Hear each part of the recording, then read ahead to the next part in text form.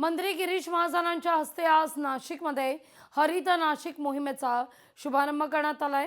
यावेळी कुंभमेळा मंत्री गिरीश महाजन यांनी जोरदार शक्ती प्रदर्शन केलंय। या प्रसंगी मित्रपक्षांच्या राष्ट्रीय संत समितीचे महंत, मठाधिपती, महामंडलेश्वर आणि महामंत्री देखील उपस्थित होते।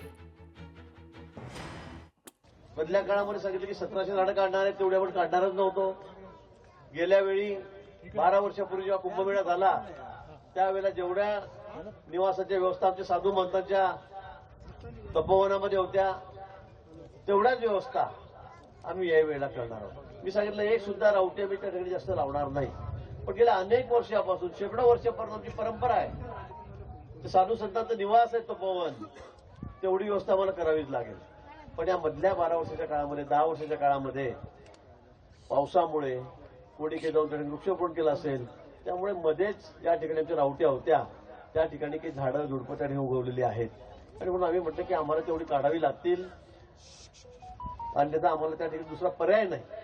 आणि संत त्या ठिकाणीच राहत आहेत, सगळे साधू संत महंत देशभरातून आलेले हे त्या ठिकाणी राहत आहेत आणि म्हणून त्यांची तेवढी व्यवस्था करणं हे अपरिहार्य आहे।